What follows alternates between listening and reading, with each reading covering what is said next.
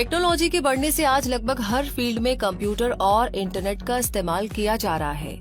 आज के टाइम में हमारा हर काम इंटरनेट के जरिए ही किया जाता है, फिर चाहे वो सरकारी कंपनी का कामकाज हो या फिर प्राइवेट कंपनी का। पैसों का लेन देन भी ऑनलाइन ही किया जाता है, यानी कि हर प्रकार के डेटा का आदान प्रदान किसी न किसी रूप में इंटरनेट पर हो रहा है। और यूजर्स की डिवाइसेस जैसे कि computer, laptop, tablet, mobile phone या दूसरी सभी स्मार्ट डिवाइसेस इंटरनेट पर कनेक्ट होकर रहती है। जिस स्तर पर इंटरनेट का इस्तेमाल पूरी दुनिया में किया जा रहा है और प्रतिदिन लाखों करोड़ों यूजर्स इसका इस्तेमाल करते हैं, तो ऐसे में बहुत जरूरी है कि इंटरनेट पर यूजर्स की सिक्योरिटी पर भी ध्यान दिया जाए, क्योंकि आए दिन इंटरनेट पर फ्रॉड, हैकिंग, वायरस अटैक और डेटा थेफ्ट के शिकार बन रहे लोगों की खबरें मिलती रहती है। इसीलिए यूजर्स के डेटा को सिक्योरिटी प्रदान करना बहुत ही ज्यादा जरूरी हो गया है। इंटरनेट के यूजर्स को साइबर क्राइम से बचाने के लिए साइबर सिक्योरिटी का इस्तेमाल किया जाता है, जिसमें यूजर के डेटा को सुरक्षा प्रदान की जाती है। साइबर सिक्योरिटी के बारे में तो आप सभी ने जरूर सुना होगा, लेकिन शायद इसके बारे में आपको पूरी जानकारी होगी। इसीलिए हमने सोचा कि क्यों ना आज के इस वीडियो में हम आपको साइबर सिक्योरिटी क्या है, साइबर अटैक कितने प्रकार के होते हैं और इसका इस्तेमाल करने के क्या लाभ होते हैं, इससे जुड़ी सारी जानकारी आप तक पहुंचाई जाए। लेकिन उससे पहले आप सभी का क्विक सपोर्ट चैनल पर स्वागत है और साइबर सिक्योरिटी के बारे में जानने के लिए इस वीडियो को पूरा जरूर देखें। तो सबसे पहले हम जानेंगे कि साइबर सिक्योरिटी होता क्या है। साइबर सिक्योरिटी एक तरह की सुरक्षा है जो इंटरनेट से जुड़े हुए सिस्टम के लिए होती है। साइबर सिक्योरिटी दो शब्दों से बना है, पहला है साइबर और दूसरा है सिक्योरिटी। तो जो कुछ भी internet, information technology, computer, networks, application या डेटा से संबंधित है उसे हम साइबर कहते हैं, जबकि सिक्योरिटी सुरक्षा से संबंधित है, जिसमें सिस्टम सिक्योरिटी, नेटवर्क सिक्योरिटी और एप्लीकेशन और इंफॉर्मेशन सिक्योरिटी शामिल है। साइबर सिक्योरिटी मजबूत करने के लिए इंटरनेट के माध्यम से हार्डवेयर और सॉफ्टवेयर के डेटा को और भी सिक्योर बनाया जाता है, जिससे कि किसी भी तरह से डेटा की चोरी ना हो और सभी डॉक्यूमेंट्स और फाइल्स सुरक्षित रहे। आज पूरी दुनिया में साइबर क्राइम को रोकने के लिए साइबर सुरक्षा की जा रही है।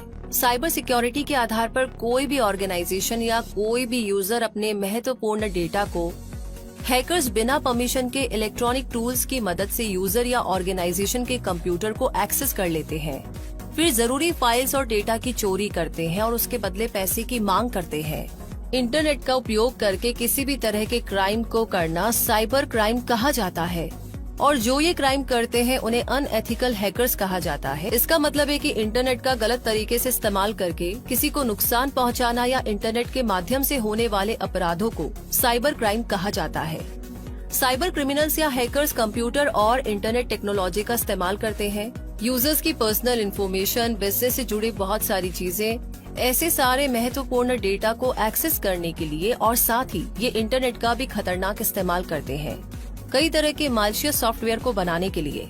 तो साइबर क्राइम के अंतर्गत blackmailing, stalking, copyright, credit card की चोरी, फ्रॉड आदि आते हैं। ऐसे हैकर्स और साइबर क्राइम से इंटरनेट यूजर्स के डेटा को बचाने के लिए साइबर सिक्योरिटी को बनाया गया है।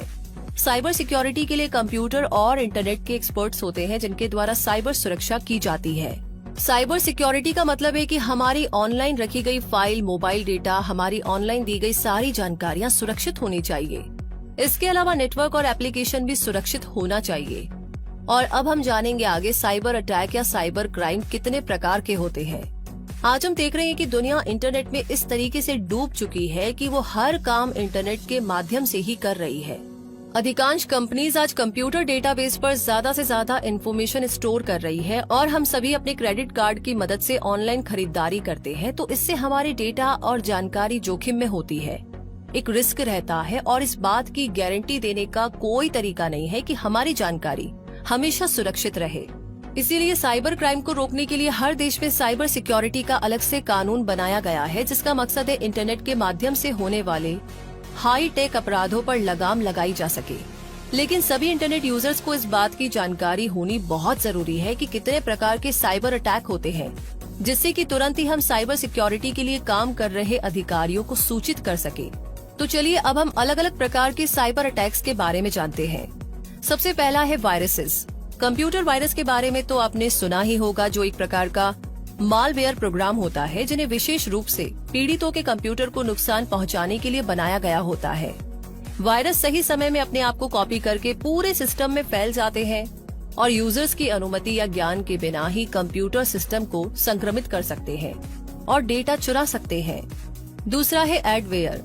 एडवेयर मालवेयर का एक समूह है जो पॉपअप मैसेजेस को उत्पन्न करने के लिए जाना जाता है। लुभावने एड्स का उपयोग करके हैकर एक सॉफ्टवेयर बनाता है और जब कोई यूजर उस सॉफ्टवेयर को डाउनलोड करता है तो हैकर उस सॉफ्टवेयर की मदद से यूजर के कंप्यूटर को एक्सेस कर लेता है, फिर या तो इम्पोर्टेंट डेटा या फाइल्स को डिलीट कर देता है या फिर डेटा चोरी कर लेता है। तीसरा है ट्रोजन हॉर्स। ट्रोजन हॉर्स भी एक तरह का मालवेयर प्रोग्राम है जो खुद को हानि रहित या उपयोगी सॉफ्टवेयर के रूप में प्रस्तुत करता है। ट्रोजन हमारे सिस्टम को कंट्रोल कर लेता है और मालशियस एक्शन को अंजाम देता है। ट्रोजन हॉर्स अन्य वायरस की तरह अपनी कॉपी तो क्रिएट नहीं कर सकते, परंतु ये वायरस को सिस्टम में इंस्टॉल कर सकता है। एक ट्रोजन सिस्टम की फाइल्स तथा डेटा को डिलीट कर सकता है, महत्वपूर्ण इन्फॉर्मेशन तथा पासवर्ड को चुरा सकता है और सिस्टम को लॉक कर सकता है। आगे चौथे नंबर पर है रैंसमवेयर। ये एक तरह का वायरस होता है जो कि अपराधियों के द्वारा लोगों के कंप्यूटर और सिस्टम में हमला करने के लिए काम आता है। ये कंप्यूटर में पड़ी फाइल को काफी नुकसान पहुंचाता है, फिर उसके बाद अपराधी ने जिस किसी का भी कंप्यूटर या सिस्टम इस तरीके से खराब किया होता है उससे रिश्वत लेता है और उसी के बाद उसके सिस्टम को छोड़ता है। नंबर 5 पे है फिशिंग ईमेल्स। फिशिंग ईमेल्स का उपयोग आमतौर पर यूजर से निजी जानकारी चुराने के लिए किया जाता है और ये एक तरह का फ्रॉड होता है जिसमें फ्रॉड वाले ईमेल लोगों को भेजे जाते हैं जिससे कि उन्हें ये लगे कि ये मेल किसी अच्छी संस्था से आया है।